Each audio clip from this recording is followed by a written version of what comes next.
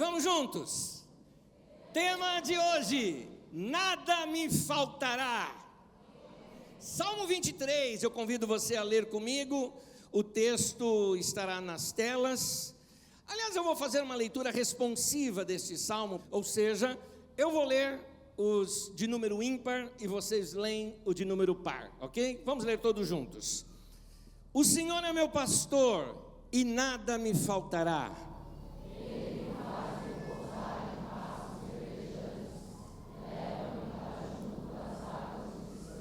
Refrigera minha alma, guia-me pelas veredas da justiça por amor do seu nome.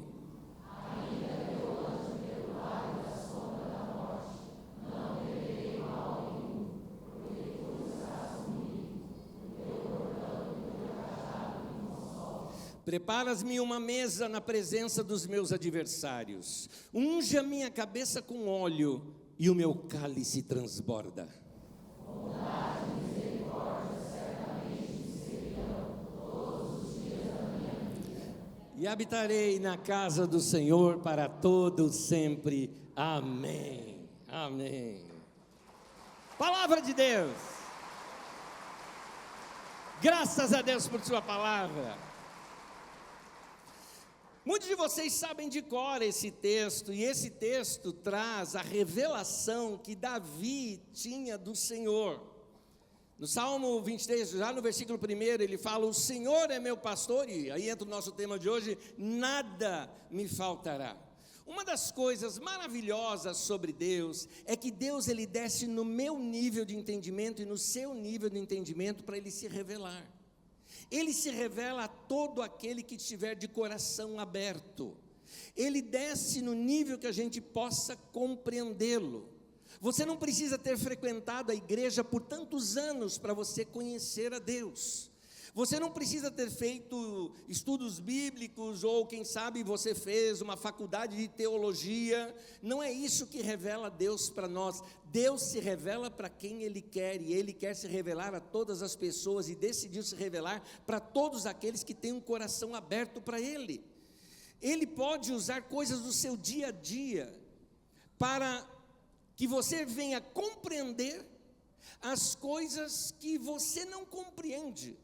Então, por exemplo, Davi era um pastor de ovelhas, e nesse salmo nós vemos Deus se revelando como pastor para ele.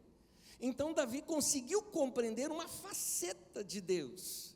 Então, como é que Deus vai se revelar para você? Deus pode se revelar para você como Ele quiser. Deus pode se revelar numa rocha, afinal de contas Ele é a rocha eterna. Deus pode se revelar num pão que você come, porque Ele é o pão da vida. Deus pode se revelar para você quando você está olhando uma árvore, você está olhando a imensidão dos céus. Deus pode se revelar para você numa conversa, Deus pode se revelar para você num cântico, e você passa a conhecer mais a Deus, porque todas essas facetas são Ele, e Ele é mais do que tudo isso junto. Esse é Deus. E Deus se revela para nós, e não importa se é uma criança ou se é uma pessoa com doutorado, não é de inteligência que Deus precisa para se revelar a uma pessoa. Ele precisa de gente que tem um coração voltado para Ele. Deus não pode ser explicado, Deus, Ele é revelado. Deus não pode ser compreendido, Deus só pode ser percebido. Deus, ele não é definido para nós. Deus, ele pode se revelar a qualquer pessoa, e ele se revela na proporção da sua sede. O profeta Jeremias vem e diz assim no capítulo 29, versículo 13: buscar-me-eis e me achareis quando me buscardes de todo o vosso coração. Quando você se abre para Deus e abre de coração para Deus, Ele se revela a você. Isso se dá quando você percebe na sua vida, preste bem atenção nisso, quando você percebe que você precisa de Deus na sua vida. É mais do que quando você quer Deus na sua vida, é mais do que isso. É quando você precisa de Deus na sua vida. Quando você olha para você e fala: eu preciso de Deus na minha vida. Davi, ele não era o filho preferido do Jessé. Jessé era seu pai. Tanto que ele foi preterido por seu pai.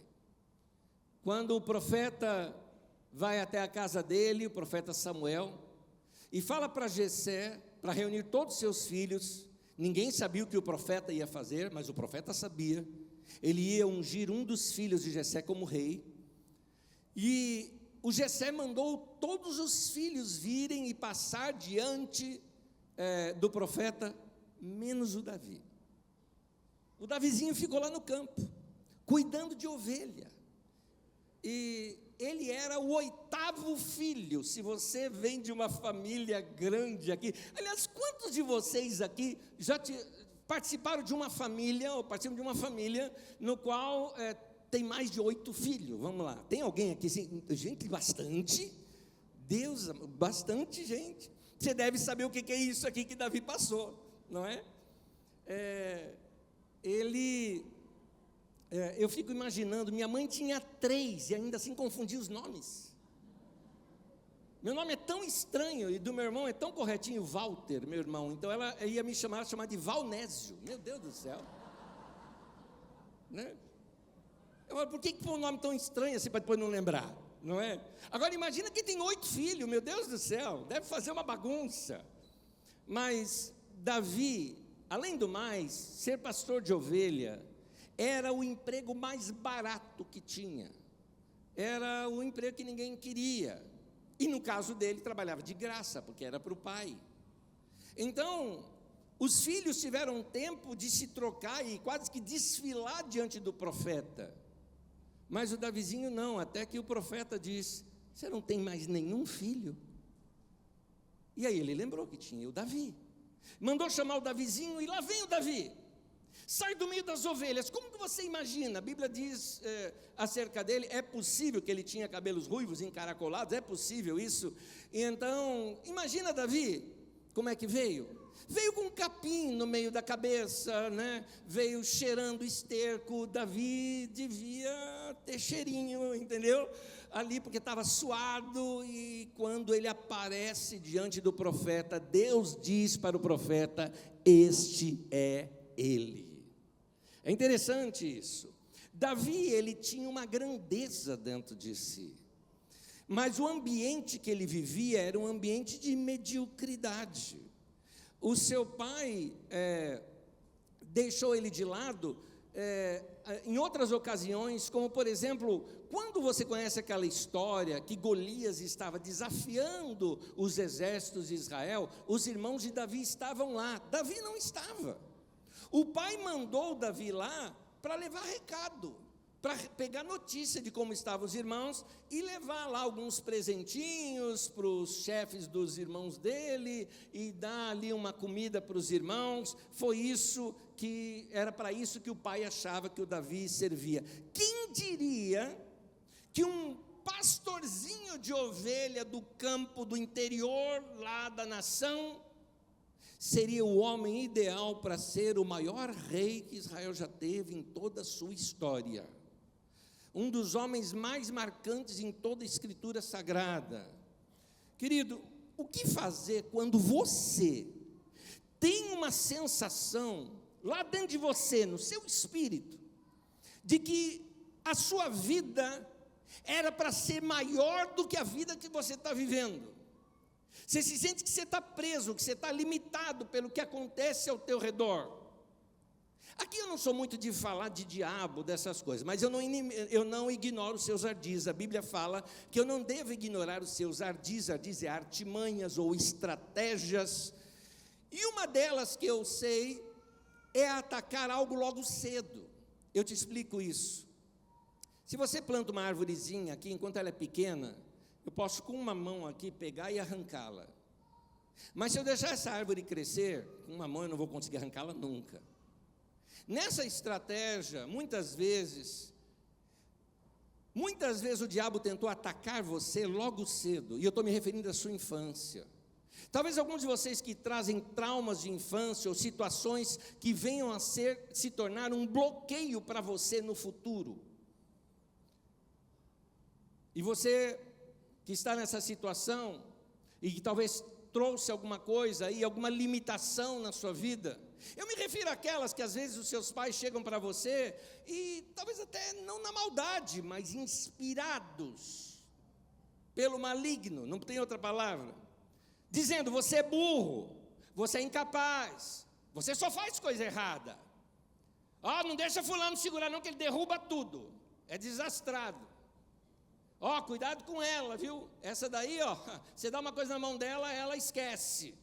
E daí por diante, ficam colocando coisas, estigmatizando você, e essas coisas tentando te limitar. Eu te falo uma coisa, quem que imaginaria que o pastorzinho de ovelhas seria esse grande rei? O que eu quero te dizer é o seguinte: não limite a sua visão pela sua situação. A sua situação não significa quem você é diante de Deus ou qual é o plano de Deus para você. Sua situação, ela é temporária e ela não é uma indicação do que Deus vai fazer na sua vida. Quando Deus decide fazer algo na sua vida, eu te digo, quem é que pode impedir? O próprio Deus. Quando esse Deus decidir: eu vou fazer deste homem ou dessa mulher, eu vou fazer algo grande a partir da vida dele. Isaías 43, versículo 13, tem uma palavra para você: agindo eu, continue. Quem impedirá? Esse é o nosso Deus. O nosso Deus não se limita pelos nossos limites humanos. Ele faz o que quiser, com quem quiser e na idade que quiser. E para você que já sente que está passando a sua idade, tem passado os seus anos, deixe-me lembrar uma coisa para você. E eu estou falando agora com os idosos. Eu não estou falando com você que tem 30, 40, 50. Você tem muito chão ainda pela frente. Estou falando com idosos. Para você que já passou de 70, 80, e talvez já esteja pensando: minha vida é isso daqui, minha vida já foi, agora é só preservar o que eu já conquistei. Meu irmão, deixa eu te contar um negócio. Um dos maiores líderes que as nações do mundo já viram, um que está registrado nas Escrituras Sagradas, um dos homens mais famosos na Bíblia Sagrada, o grande Moisés, começou o ministério dele com 80 anos de idade. O grande Abraão, que foi o homem que é referência para nós como o pai da fé, obteve a resposta da sua fé, se concretizou aos 100 anos de idade. Então não há limite para o que Deus quer fazer na sua vida. Eu já lhes contei isso aqui uma vez, mas vou falar aqui de novo. Eu me lembro de uma história na nossa família. Eu gosto de contar essas histórias. Eu sei que para alguns são repetidas essas histórias, mas eu gosto de falá-las porque elas são histórias vivas. Eu tenho um relacionamento muito gostoso com meus antepassados nesse sentido. Eu gosto de falar deles, gosto de falar da história. Porque quando a Bíblia diz: honra o teu pai e a tua mãe para que prolongue os seus dias, você sabe, eu honro meu pai, minha mãe, minha avó, minha bisavó. E eu vou falar da minha bisa nesse momento. Minha bisavó, uma das coisas na vida dela que eu admirava era a fé dela no Senhor. Quando ela completou 92 anos de idade, ela passou por uma situação muito delicada na sua saúde. Chegou o aviso para a gente: vamos visitar a avó, porque ela já está nas últimas. E toda a família estava indo lá visitar. E eu me lembro que quando nós chegamos lá com a nossa família, ela já falou: o que foi? Veio se despedir de mim? Vocês vão ficar com os burrinhos na água, não vou morrer agora não. Ela falava: não vou morrer agora não, não é tempo de eu morrer. 92 anos, não é tempo de eu morrer. E ela falava: sabe por quê? Eu descobri o meu ministério. 92 anos de idade, aí ela descobriu o ministério dela. E o ministério dela seria uma parte de intercessão pela família. E ela começou a falar: eu não vou morrer, porque eu descobri meu ministério, eu vou orar pela minha família, e eu estou fazendo um pedido diante de Deus, e que eu não vou morrer, enquanto Deus não me responder esse pedido. Essa é a promessa que eu tenho dele. Como ele não respondeu, eu não vou morrer. E foi dito e feito, não morreu ali. Filho, passou, melhorou, tudo mais. Aos 98 anos de idade, ela tem uma visão, no qual apareceu um anjo para ela, no sonho. Tinha um rio entre ela e aquele anjo. O anjo do outro lado disse assim para ela: prepara-te, Israel, para encontrares com teu Deus. É um texto das Escrituras Sagradas. E disse para ela: dentro de 10 dias eu vou vir te buscar. Ela mandou chamar a família, falou: agora eu vou, vem logo porque é 10 dias. E todo mundo foi visitá-la, do 9º para o 10º dia ela dormiu e não acordou mais. Mas eu me lembro quando eu fui visitá-la, aquilo foi marcante para o resto da minha vida. Ela me chamou, ela me disse assim: lembra da minha oração? Deus já me mostrou a resposta dela. Eu falei, vó, e o que é? Eu estava orando para que Deus levantasse um homem de Deus na nossa família. Homem de Deus é um termo que a gente usava na família para pastor. E não tinha nenhum pastor na nossa família. 4 gerações já e nenhum pastor. E ela falou assim para mim, e Deus me falou que vai ser você. Aquilo marcou a minha vida. Eu era um menino ainda. Na verdade, eu tocava numa banda de rock. No sábado, eu não estava desviado do evangelho. Porque no domingo eu era organista da igreja. Tá? Meus amigos puxavam uma, sabe assim, todos usavam baseado. Eu não. E eu não queria saber de droga na minha vida. Tanto que eles me apelidaram de pastorzinho. Mas, querido, o que eu quero te mostrar é que Deus pode usar a sua vida, não importa a tua idade. Não importa as suas experiências. Talvez você fale o seguinte, mas eu tive uma família ruim. Olha o Davi. Eu tive uma criação ruim. Olha o Davi. Meu pai e minha mãe me minimizavam. Olha o Davi. Mas o que eu quero te dizer é o seguinte, nada pode impedir o que Deus quer fazer na sua vida. Deus, Ele se revela como Ele quer e para quem Ele quiser, e Deus se revelou para Davi da maneira que Davi entenderia. Deus disse assim para Davi, Davi, eu sou para você o que você é para essas ovelhas. Aí Davi então escreve, o Senhor é o meu pastor. Davi compreendeu essa revelação de Deus, baseado na própria experiência dele. Salmo 23, versículo 1 e 2, o Senhor é meu pastor, nada me faltará. Ele me faz repousar em pastos verdejantes, leva-me para junto às águas tranquilas. Deus, Ele é a minha fonte, dizia Davi, nada vai me faltar, Deus é suficiente para mim. Irmãos, muitas vezes nós nos autossabotamos, porque a Bíblia que nos promete que Deus vai nos levar a repousar em pastos verdejantes. Muitos de nós aqui não estamos descansando nos pastos verdejantes que Deus nos dá. Alguns de nós crescemos em lares bagunçados, perturbados, cheios de briga, e estranhamos, sabe o quê? Os nossos tempos de paz, e ficamos ansiosos, porque a gente não sabe como ficar em pastos verdejantes. Eu estou falando para você que já lutou demais na sua vida, já se machucou, já se feriu também, e aí quando chegam os tempos bons, você não descansa, parece que você não sai daquele modo batalha, não repousa nos pastos verdejantes, não repousa em oportunidades verdejantes, não repousa em relacionamentos verdejantes, não repousa em igrejas verdejantes, não repousa em momentos verdejantes que Deus nos dá na nossa vida, momentos de tranquilidade. Tem gente que é tão acostumada com problema, com tumulto, com turbulência, com barulho, que até quando chega em casa ele não suporta silêncio. Deus está te chamando para um tempo de repousar. Versículo 2 fala, Ele me faz repousar. Para você que é agitado, grava isso, Ele me faz. Meu irmão, vai ter hora que Deus vai fazer com você, igual algumas vezes meu pai fazia comigo, tá? Porque eu era um tagarela dentro de casa. E tem hora que meu pai simplesmente chegava e falava, deita. Aí eu obedecia. Meu pai nunca falava bravo comigo, mas eu estou lembrando de uma cena aqui agora. Porque eu era um tagarela. E eu, para variar, dormia no quarto dos meus pais, imagina isso. E estava falando, meu pai levantava cedinho, né? E eu ficava sentado e queria mexer com eles. Até que estou lembrando da cena, e ele falou, deita! Deus muitas vezes vai fazer isso com você. Quieto! Deita! Algumas vezes Deus vai nos colocar em situação que vai nos forçar, sabe? Abrir o nosso coração de novo. Amar de novo. Viver de novo. Experimentar algo diante de Deus de novo. Eu sinto no meu coração aqui que tem gente entre nós que já foi ferido no meio de igreja. E porque você já foi ferido no meio de igreja, você tem medo de se envolver. E Deus está te dizendo o seguinte, chega. Eu quero despertar de novo no teu coração paixão que você tinha antes.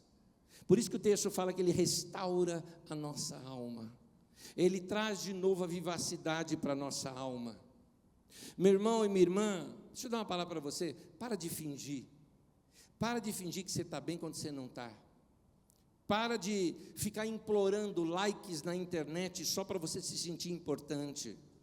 Eu estou te falando, meu irmão e minha irmã, que esse é o tempo de Deus para a sua vida, onde você está tendo a chance, Deus está abrindo a porta e te chamando, vem meu filho, eu quero me revelar para você, te dar uma nova experiência. Deus quer levar você a parar com essa vida agitada, em busca de algo que preenche esse vazio no teu coração, e você ter um encontro profundo com o teu Senhor, que vai levar você a entender o propósito, o chamado de Deus para a sua vida, e vai repousar gostosamente nisso que Deus está te proporcionando. Salmo 23 fala, Ele leva-me para junto às águas tranquilas. Deus quer colocar você em águas tranquilas, para acabar com essa tormenta aí ao teu redor. Não é o que está ao teu redor que está atribulando você, na verdade, mas é aquilo que está dentro de você. Eu já disse isso várias vezes aqui, não é a tempestade ao redor do teu barquinho que faz o barquinho afundar. O que faz o teu barquinho afundar é a água que entra dentro dele. É por isso que Deus fala, acima de tudo que você deve guardar, guarda o teu coração, porque é dele que procede as fontes da vida. Então eu queria lhe ensinar uma coisa importante aqui sobre as ovelhas, para você compreender melhor o texto. As ovelhinhas, elas são carregadas de lã. Aquele povo tinha ovelhas, exatamente porque a sua lã valia muito. Então, deixavam as lãs crescerem, e aquilo pesa. Nunca um pastor levaria uma ovelhinha para beber em águas turbulentas, agitadas, ou em rio de correnteza. Porque as ovelhinhas, elas são bobinhas. E ela vai entrar com tudo lá naquele riacho, vai abaixar lá o seu focinho para beber a água ali, e a hora que ela fizer isso lá com sua boquinha, ela pode se desequilibrar, porque não só o peso daquela lã, e aí a lã está molhada, pesando mais ainda, e aquelas perninhas fininhas que elas têm, aquelas perninhas fracas que elas têm, facilmente seriam levadas para a correnteza. Deus, então, como seu pastor, Ele não quer que você ande no meio de águas turbulentas, porque elas podem simplesmente levar vocês para lugares que vocês não deveriam ir. Ovelhas não podem beber em lugares turbulentos, então Deus te traz para momentos de paz, como diz aqui no texto, Deus te traz para águas tranquilas. Para quê?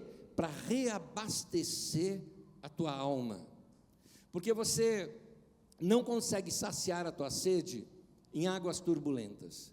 É por isso que você está muitas vezes tão sedento e fica fazendo coisas para tentar preencher isso. Você fica tão sedento e fica tomando atitudes desesperadas, impensadas, fazendo coisas precipitadas, porque ficam muito tempo sem água, sem reabastecer a alma. Eu quero te dizer uma coisa, Deus tem águas tranquilas para você. Inclusive as ovelhas só podem parir perto de águas tranquilas. É só assim que elas fazem.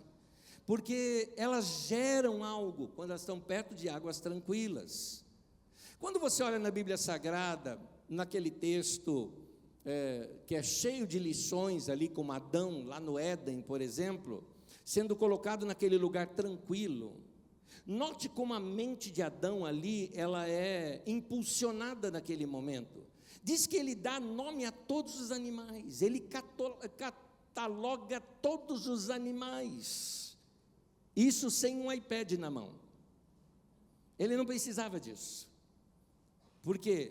Porque a sua mente, quando você está em águas tranquilas, quando você está num lugar tranquilo, sua mente funciona bem melhor. Sua vida funciona bem melhor. As ideias começam a brotar dentro de você. Meu querido, quando você está vivendo em águas turbulentas, você não consegue dar o seu melhor, porque você vive ocupado o tempo todo. E alguns de vocês vivem ocupado o tempo todo e até se achando alguém importante porque está ocupado o tempo todo. Alguns estão vivendo crises, se machucando em relacionamentos, e a dor emocional, o estresse, às vezes a amargura ou a falta de perdão, tudo isso gera azedume na alma, e tudo isso distrai você, tirando de você a sua criatividade. Porque quando você está em águas tranquilas, você está em comunhão com o seu Criador, e o seu Criador, no seu relacionamento com o seu Criador, ele gera dentro de você criatividade, dando a você uma mente criativa, e você começa a realizar, você começa a fazer coisas, você começa a ter ideias novas, você começa a ter insights novos para a sua vida.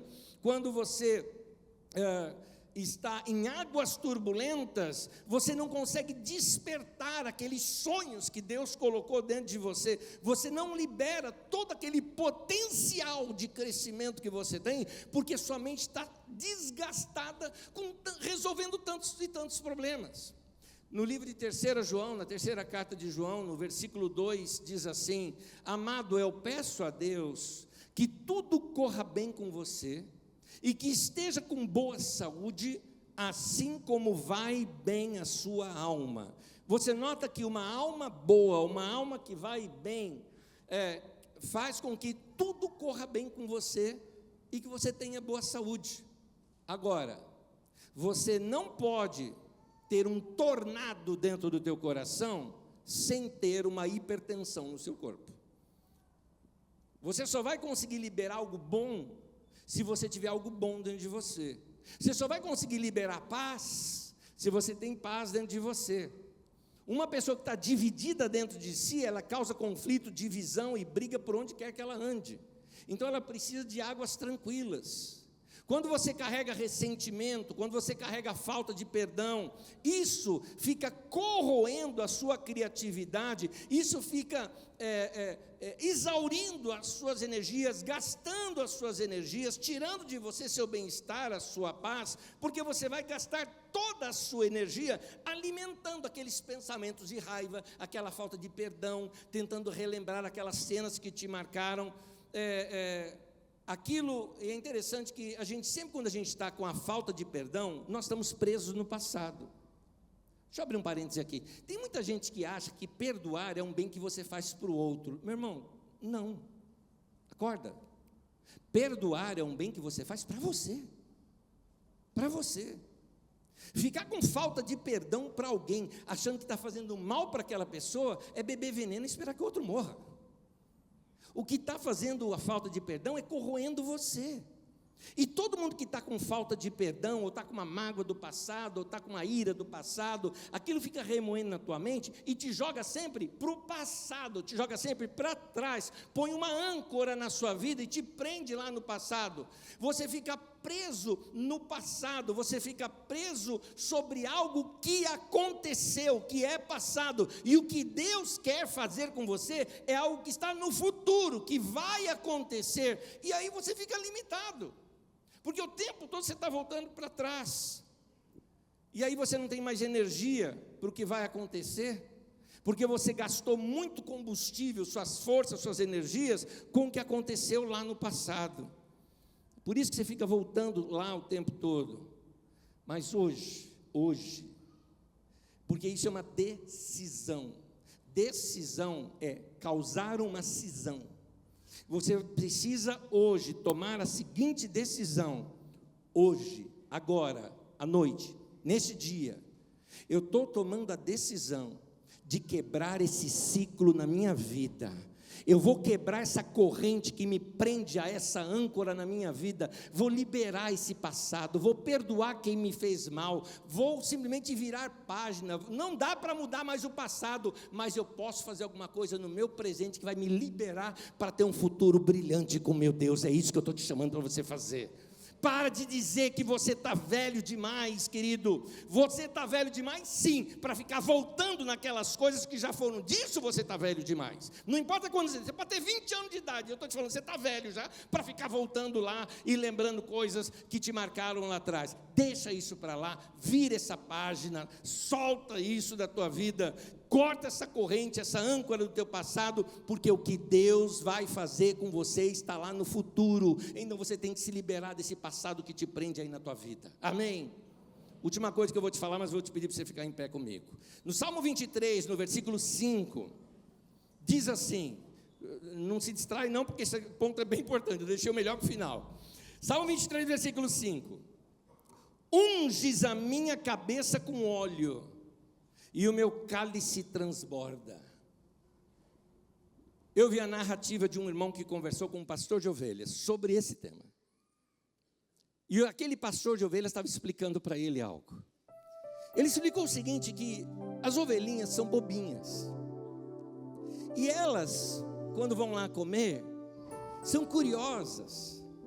Quando tem um buraco, elas enfiam o focinho lá dentro do buraco, a cabeça, muitas vezes inteira ali. Só que no campo existe buraco de cobra. Então o que o pastor faz? Ele unge a cabeça dela, ele molha a cabeça dela com óleo. E esse óleo é um repelente para as cobras. Ele unge a cabeça dela com óleo para que quando ela for lá distraidamente num buraco, a cobra não lhe ataque, porque ela está protegida por causa daquela unção que foi colocada na vida dela.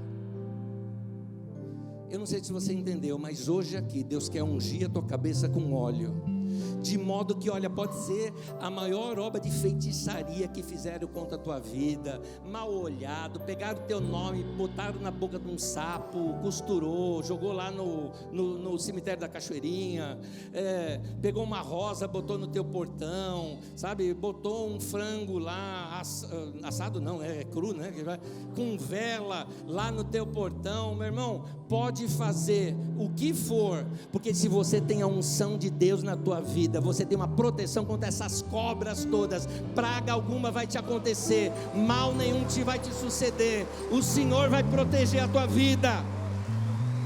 É o que o Senhor está fazendo com você hoje aqui. E tem mais, você viu que o texto não para aí. Ele fala: unges a minha cabeça com óleo e o meu cálice transborda. O cálice que transborda é Deus dizendo que aquilo que Ele quer fazer hoje com você, não é para abençoar somente você. Não se esqueça que Deus está olhando a história, gerações e gerações e gerações e gerações. Eu dou graças a Deus quando um bisavô meu simplesmente aceitou Jesus na sua vida, e isso mudou a história da nossa família. Eu dou graças a Deus quando meu pai se dobrou diante do Evangelho e se converteu ao Evangelho. Eu dou graças a Deus pela minha avó, pela minha bisavó, que tomaram decisões diante de Deus e mudaram a história da nossa família, porque hoje eu sou abençoado, meus filhos são abençoados, meus netos vão ser abençoados, bisnetos vão ser abençoados. Por quê? Porque o nosso cálice está transbordando. A unção de Deus na sua vida vai liberar algo em você que vai abençoar pessoas. Alguns de vocês vão começar, quem sabe até uma empresa nova. O que vai gerar? Vai gerar emprego, vai gerar famílias, vai realizar sonhos de outras pessoas. A unção de Deus na sua vida não é só para abençoar você, é para abençoar gente que está ao teu redor. O teu cálice, meu irmão, vai transbordar, meu irmão. Deus vai fazer algo para marcar a tua história, marcar a tua descendência. É esta bênção que Deus está querendo colocar sobre nós aqui hoje. Essa bênção, esse cálice que transborda, Deus vai abençoar onde quer que você coloque as suas mãos. Mas para isso, meu irmão, anda com Deus. Deus abençoa o caminho daquele homem justo que anda com Ele. Porque quando você anda com Deus, por isso que eu estou te chamando, anda hoje com Ele. Começa hoje o teu caminhar com teu Deus. Experimenta hoje uma nova vida, uma experiência nova com teu Deus. E aí vai se cumprir na tua vida esse último texto, versículo 6. Vamos falar juntos? Olha o que vai acontecer comigo e com você. Vamos falar juntos. Bondade e misericórdia certamente me seguirão todos os dias da minha vida, e habitarei na casa do Senhor para todos sempre. Amém.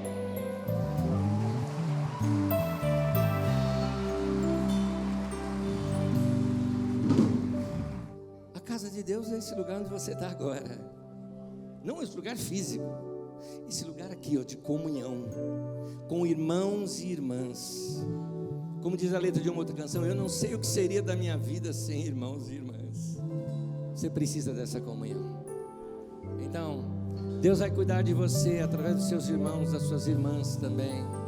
Deus vai cuidar de você a cada palavra que você ouve nesse lugar, a cada experiência que você tem no meio de um cântico, no meio de uma oração, além do seu dia a dia. Quando você abrir a sua Bíblia, Deus vai falar com você.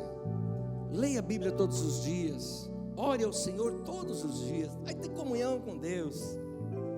Eu queria que você mesmo fizesse o seu próprio salmo para Deus essa semana, ou talvez pegasse o salmo de Davi mesmo e leia um dos salmos de Davi, como esse Salmo 23, que foi interpretado aqui para você, e você vai falar: o Senhor é o meu pastor, nada me faltará. Nada, nada, nada, nada vai faltar na minha vida. Amém? Permita orar com você. Senhor,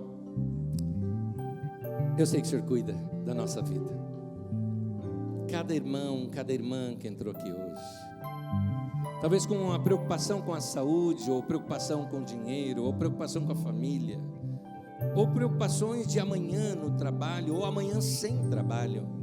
Seja qual for a preocupação, Senhor, tudo está nas tuas mãos, e nós confiamos, o Senhor vai cuidar de nós, nada nos faltará. Temos certeza disso, Senhor. Certamente que a bondade e a misericórdia nos seguirão, vão nos alcançar todos os dias da nossa vida, porque o Senhor cuida de nós. Obrigado, Senhor. Obrigado, Senhor. Me permita abençoar você. Que a graça do Senhor Jesus e o amor de Deus, o nosso Pai, e a comunhão do Espírito seja com todos, desde agora e para sempre.